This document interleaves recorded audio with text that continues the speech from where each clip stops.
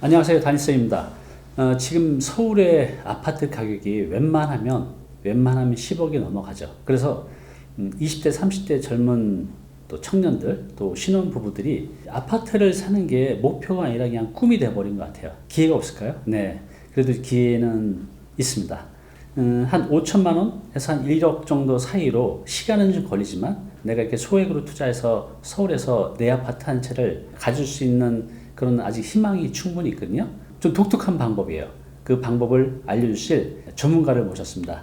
안녕하세요. 예, 안녕하세요. 저는 서울 연립주택 투자지도의 저자이자 블로그 All About 연립주택을 운영하고 있는 이영수라고 합니다. 오늘 이렇게 말씀 나누게 돼서 정말 영광이고 네. 많은 이야기 나눴으면 좋겠습니다. 네. 이분이 다른 데 잘 안 나가시는데 이제 어렵게 부탁해서 우리 다니TV 시청자분들에게 좋은 정보 드리고 싶어서 어렵게 모셨습니다. 우리 이제 작가님의 과거를 좀 봤더니 좀 독특해요. 워낙에 이제 부동산을 처음부터 하셨던 게 아니라 고려대학교 경영학과를 졸업하시고 현대카드 마케팅실과 삼성 서울병원 기획실에서 이제 근무를 하셨네요.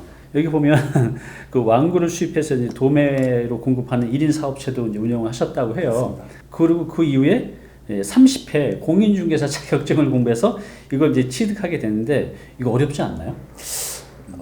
쉽지는 않습니다. 절대로 쉽지는 않은데 네. 또 몰두하면은 할 수 있는 게 또 공부라고 생각했기 때문에 네. 예. 그래요. 그래서 이제 우리 이 작가님이 낸 책이 이거예요. 서울 연립주택 투자지도. 이걸 통해서 어떻게 아파트를 내 것으로 만들 수 있는지 이제부터 이제 그 비밀을 제가 하나씩 대신해서 이제 질문해서 알아볼게요. 아파트를 서울에서 참 내 아파트 한 채 갖기가 쉽지 않다는 건 아셨죠? 그렇죠. 네. 그래서 방법을 찾으셨던 것 같아요. 그래서 이 연립주택을 통해서 이제 아파트로 다가가는 이런 과정들을 고민을 하셨는데 지금 실제로 그런 과정도 있었고 돈도 좀 버셨나요? 그걸 간단하게 말씀해 주시겠어요? 예, 지금도 어떻게 보면은 투자는 현재 진행형이고요. 네. 뭐 이제 한번 네. 매수와 매도를 겪었기 때문에 네. 이제 수익이 났다고 말씀드릴 수 있습니다. 네. 이 스토리를 그냥 간략히 제가 말씀을 드리자면, 네. 궁금해요. 이 연립주택이 어떻게 아파트가 되는지. 네. 그러니까 저 자체도 사실 이제 부동산 전문가라고 할 수는 없어요. 그냥 네. 부동산에 관심이 많은 뭐 3040 이렇게 이제 이해해 주시면 될 것 같은데요. 네. 제가 처음으로 이제 보유했던 집은 이제 다세대 주택이었습니다. 다세주택. 네. 네, 저기 염창역 부근 목 이동에 있는 다세대 주택이었는데요. 네. 거기가 1997년에 이제 지어진 다세대 주택이고 네.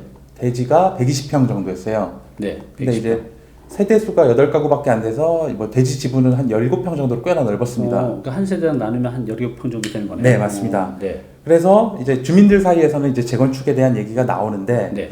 이제 뭐 반대하시는 분들도 있고 찬성하시는 분들도 있고 이런 상황이었어요. 네.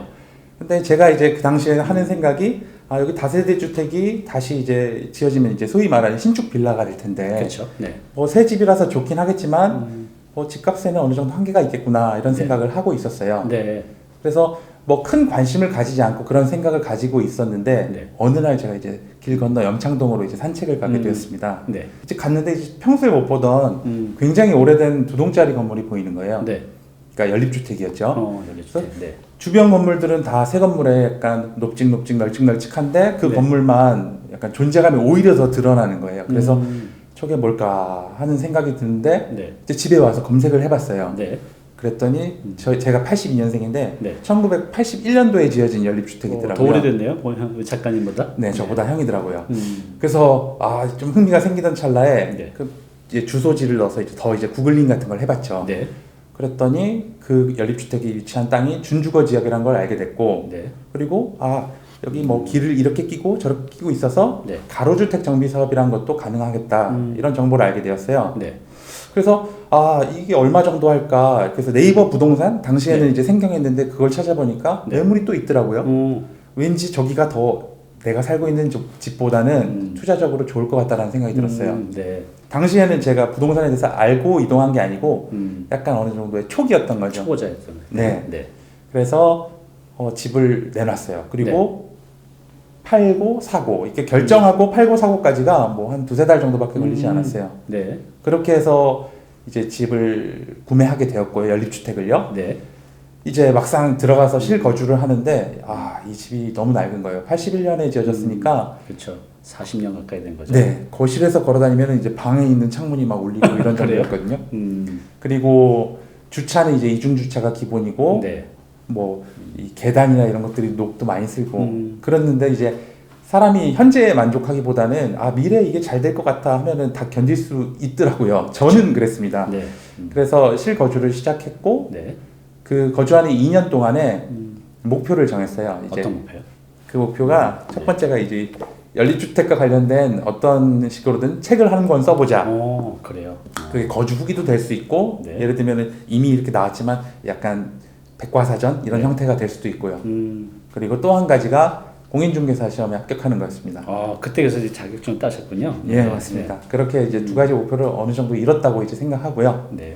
그리고 투자적으로도 거주하면서 약간 매듭이 풀리지 않은 문제가 있었어요. 그 네. 연립주택에서 이제 조합 설립이나 이런 거 관련해서 가로주택 정비 사업이 뭔지 모르시는 주민분들도 많았고, 네. 그래서 그걸 어느 정도 앞장서서 추진했지요. 그래서 앞장서서요? 예. 그래요. 그래서 실제로 이제 매도하기 전에 가로주택 정비사업 조합이 이제 만들어졌고 이제 설계사 선정까지 되는 걸 보고 저는 이제 매도를 하고 나왔습니다. 그리고 차익을 남기고 하셨겠죠? 맞습니다. 많이는 계셨나요? 뭐 적지는 않았습니다. 그러실 것 같아요. 네. 근데 그거를 팔지 않고 계속 가져가면 결국은 이제 아파트까지 소유할 수 있는 거였잖아요. 그렇죠. 근데 작가님 왜 파셨어요 중간에? 예. 그러니까 이게 제가 구매한 가격에서 실제적인 가치가 이제 10이라고 한다면 네. 저는 이제 5만 어떻게 보면 취득한 셈이라고 봐요. 그래서 5는 남겨두고 나왔는데 네. 이렇게 책도 쓰고 하다 보니까 뭔가 좀 새로운 거를 또 찾아보고 싶은 욕구 이런 것들이 생기더라고요. 그래서 아직 좀 초기 단계이거나 네. 조금 다른 방법으로 약간 연립주택 투자를 강구할 수 있는 쪽으로 생각을 하다 보니까 네. 이동해야겠다. 그러니까 저도 모르게 어느 정도 그 디벨로퍼의 마인드가 좀 그러게요. 생겨버렸던 것 같아요. 되게 공격적이시네요. 네, 그렇게 또 두 번째 연립주택에 또 이사를 하게 됐습니다. 그렇군요. 지금 이제 작가님께서 말씀하셨듯이 이 가로주택 정비 사업 좀 이따 또 제가 여쭤볼 건데요. 결국은 좀만 더 기다렸으면 우리 작가님은 이 연립주택, 오래된 연립주택을 새 아파트로 갖게 되는 거죠.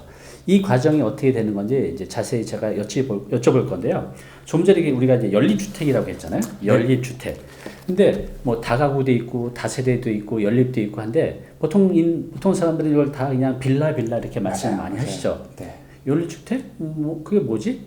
그런 분이 많으실 것 같은데 연립주택이 뭐죠? 좀 설명 좀 부탁드릴게요. 예, 알겠습니다. 그러면 제가 다가구, 다세대, 연립주택, 네. 아파트 이렇게 좀 나눠서 설명을 네네. 해볼게요. 그러니까 다가구랑 다세대를 보통 이제 헷갈려 하시고 그렇죠. 또 다세대랑 연립주택을 헷갈려 하시고 맞아요. 이런 경우가 많아요. 네. 그래서 다가구와 다세대는 일단 기본적으로 집주인이 하나냐, 집주인이 여럿이냐, 그러니까 그 공동주택이냐, 단독주택이냐 이렇게 구분이 된다고 보시면 될 것 같아요. 그래서 단독주택이면서 주인이 하나인 게 다가구주택입니다. 다가구. 네. 그래서 뭐 꼭대기층에 주인집이 살고 네. 이제 한 집씩 이제 월세나 전세를 주고 뭐 이런 형태를 생각하시면 될 것 같아요. 주인이 한 명이다 다가구는. 네. 그리고 다세대 주택은 네.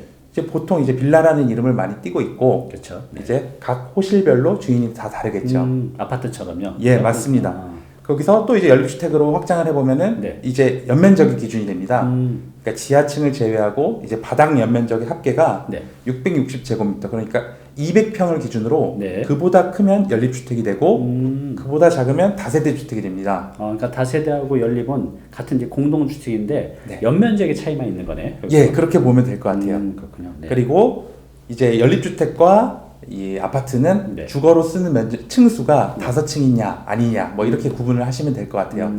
그래서 요새 뭐 타운하우스 같은데 이제 김포 같은데 가면 그런 것들이 있는데 네. 이름은 이제 아파트로 분류가 되는데 실제 이제 그 주택의 장르는 연립주택인 경우도 있습니다. 그렇죠. 네, 그래요. 여러분들 그 연립주택이 뭔지 알아야 여러분들 이제 투자할 때 도움이 되실 텐데 그 연립주택은 우리 작가님께서 방금 말씀하셨듯이 이건 공동주택이라는 거죠. 맞습니다. 아파트처럼. 그리고 다세대하고 연립하고 좀 비슷한데 연면적의 차이. 그러니까 200평보다 작으면 다세대, 크면 연립. 그러니까 연립이 보면 이제 단지가 좀 크죠. 그렇죠? 예. 네, 그래요. 자 이제 이 연립주택이 뭔지 아셨고, 그리고 뒤에 보면 아주 재미있는 게 있어요. 네. 이 연립주택 투자로 이 황금 땅을 지어질 사람은 네. 어떤 사람들에게 크게 세 가지로 분류를 해 놓으셨는데 그 첫 번째가 모험심이 많은 소액 투자자. 네. 그래서 여기 보면 이제 5천 원부터 투자 가능, 수익성 최고 이렇게 해놓으셨는데 왜 모험심이 많아야 되고 또 이 소액 투자는 어느 정도 금액까지 생각하면 되는 거죠? 예, 이게 1번이 모험심이 많은 소액 투자자인데 여기 5천만 원부터 투자 가능, 수익성 최고 이제 이렇게 적혀 있습니다. 네. 아, 사실 이제 이 책을 처음 기획할 때에 비해서 집값이 많이 올랐어요. 많이 올랐죠. 네. 아파트 값도 많이 올랐지만 연립주택 가격도 많이 올랐습니다. 그렇군요. 네. 그래서 지금은 이제 5천만 원은 조금은 어렵지 않나라는 생각도 들어요. 얼마 정도 되면 될까요? 지금 기준으로 한다고 하면?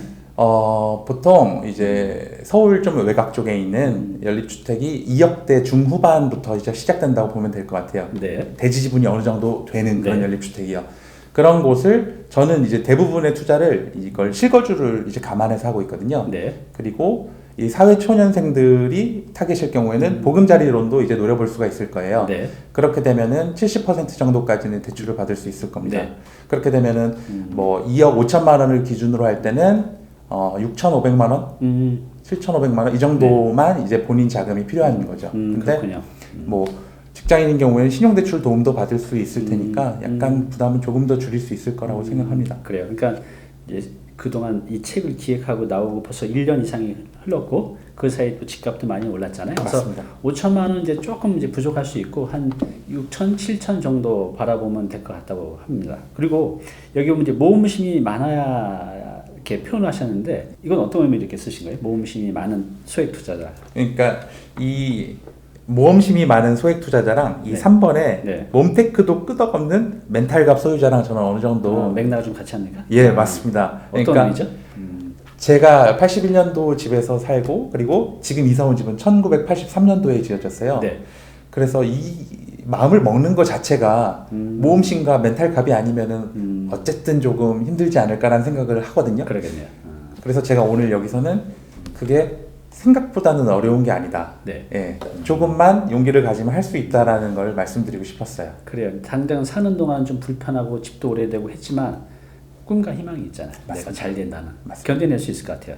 이제 두 번째가 직주 근접이 절실한 맞벌이 부부라고 했는데 이런 분들이 또 많이 선호를 하나 봐요. 맞습니다. 그리고 그 연립주택 자체의 위치가 나쁘지가 않습니다. 그래요. 예, 제가 여기서 100군데의 연립주택을 추렸는데요. 대부분 이제 교통이 좋은 곳이에요. 역세권인 곳도 있고 뭐 차량 진출입이 용이한 곳들도 많고요. 네. 그리고 이제 마지막 아까 1번하고 좀 겹치는 거지만 네. 몸테크라고 했는데 몸테크도 끝도 없는 멘탈갑 소유자. 몸테크를 어떤 의미로 이렇게 쓰신 거예요? 그렇죠. 몸테크라는 의미를 모르실 수도 있는데 몸테크는 어떻게 보면은 낡은 집에 이제 실거주를 한다라고 보시면 될 것 같아요. 감당할 수 있는 그런 네. 멘탈. 네.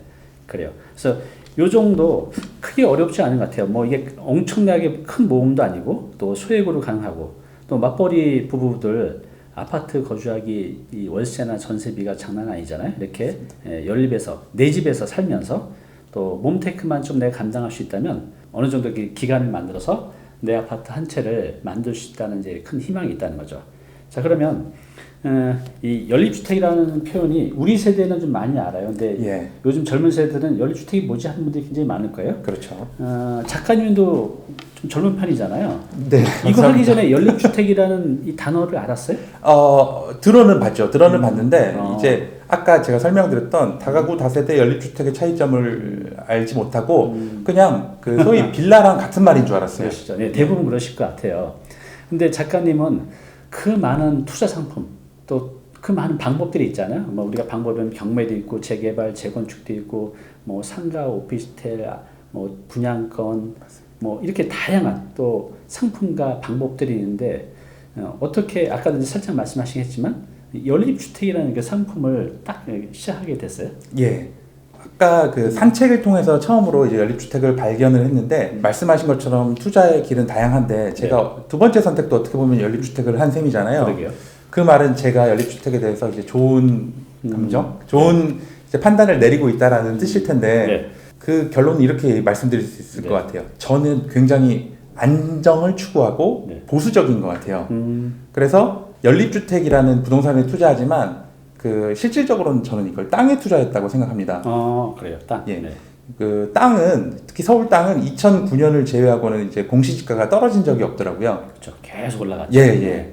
그렇기 때문에 오히려 이제 대세적으로 부동산 가격이 좀 들락날락하거나 네. 뭐 집값은 떨어지더라도 땅값은 어느 정도 그것을 방어할 수 있을 거라는 믿음을 가지고 있어요.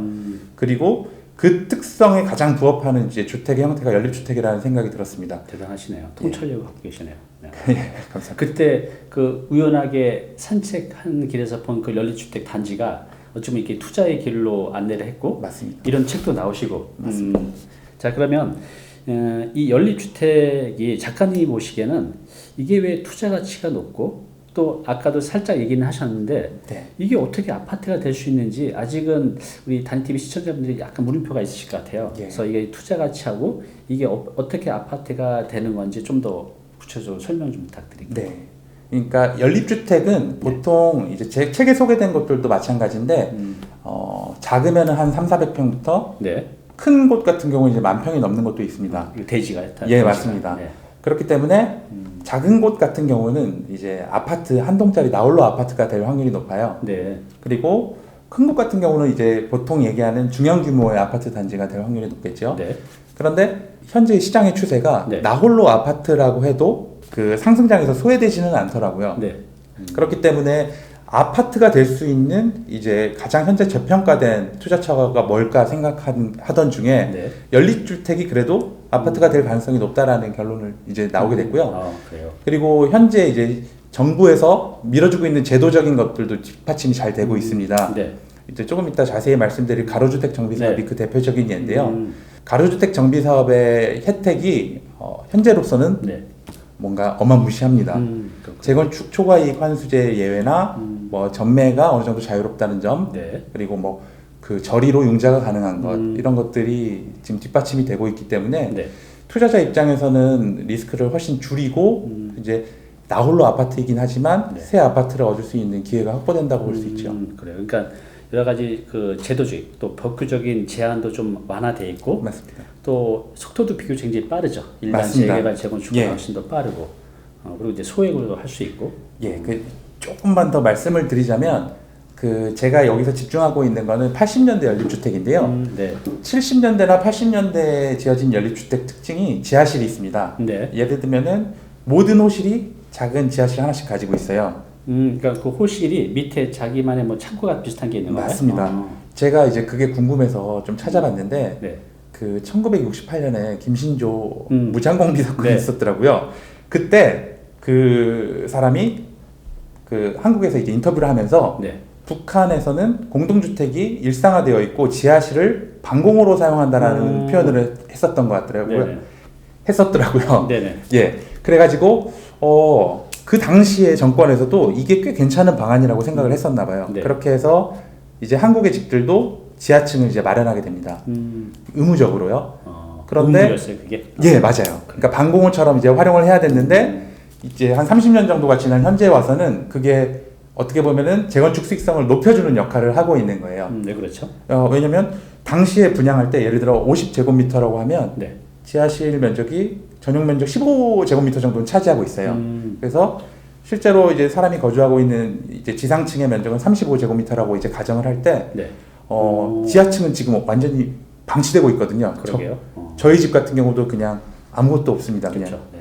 그런데 시간이 흘러 이제 재건축을 하게 될 때 재건축을 할 때 기존은 50제곱미터였는데 새로 짓게 되는 집이 만약에 45제곱미터라고 하면 네. 연립주택에 사시던 분들은 실제로 거주하던 면적은 10제곱미터가 늘어나는 셈이에요. 그러네요. 지하층은 그냥 쓸모없이 방치되어 있었으니까요. 네. 이런 것들이 주민들의 재건축 합의를 이끌어내는 거에도 도움을 주고 있습니다. 네. 그러면 아까 이제 설명하실 때 가로주택 정비 사업이 결국 이제 이게 아파트가 되는 거잖아요. 네. 근데 이 연립주택하고 가로주택 정비 사업하고 가장 이제 찰떡궁합이라고 주장을 하셨는데 네. 이게 어떤 의미예요? 지금 가로주택 정비 사업과 연립주택이 찰떡궁합이라고 한 이유는 네.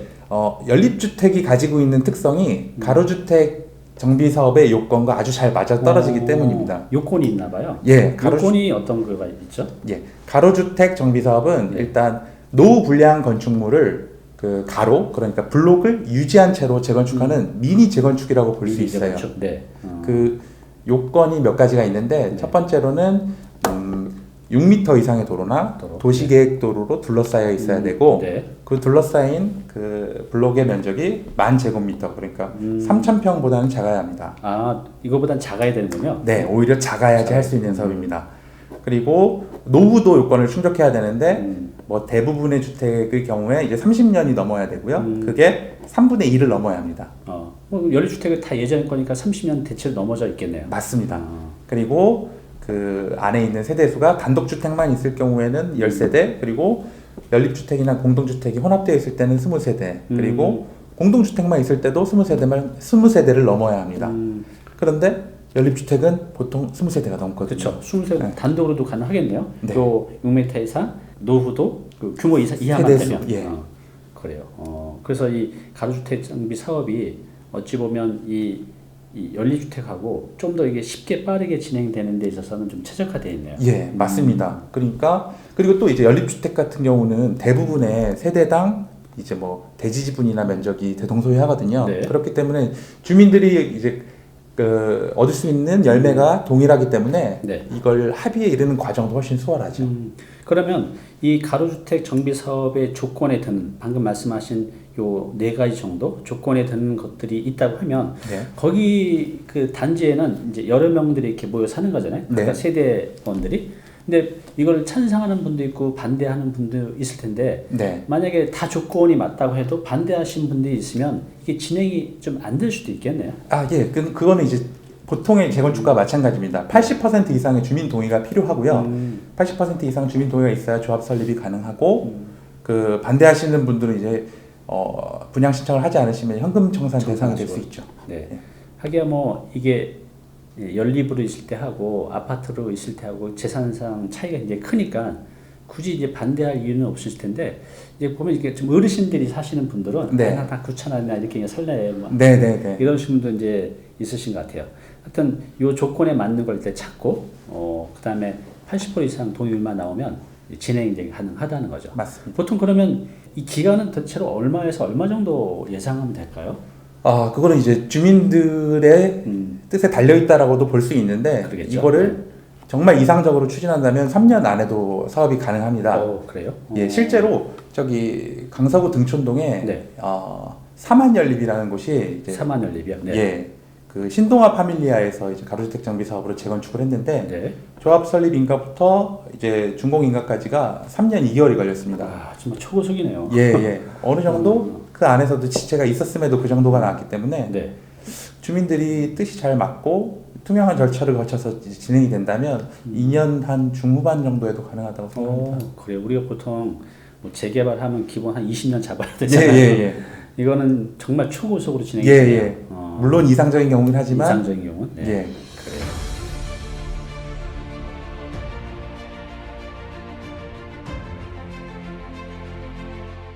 네, 오늘 정보 도움이 좀 되셨나요? 앞으로 이런 정보 계속 받아보실 분은요, 여기 구독 부탁드리고요. 그 다음에 오른쪽은 제가 추천한 영상입니다. 꼭 한번 보시기 바랍니다.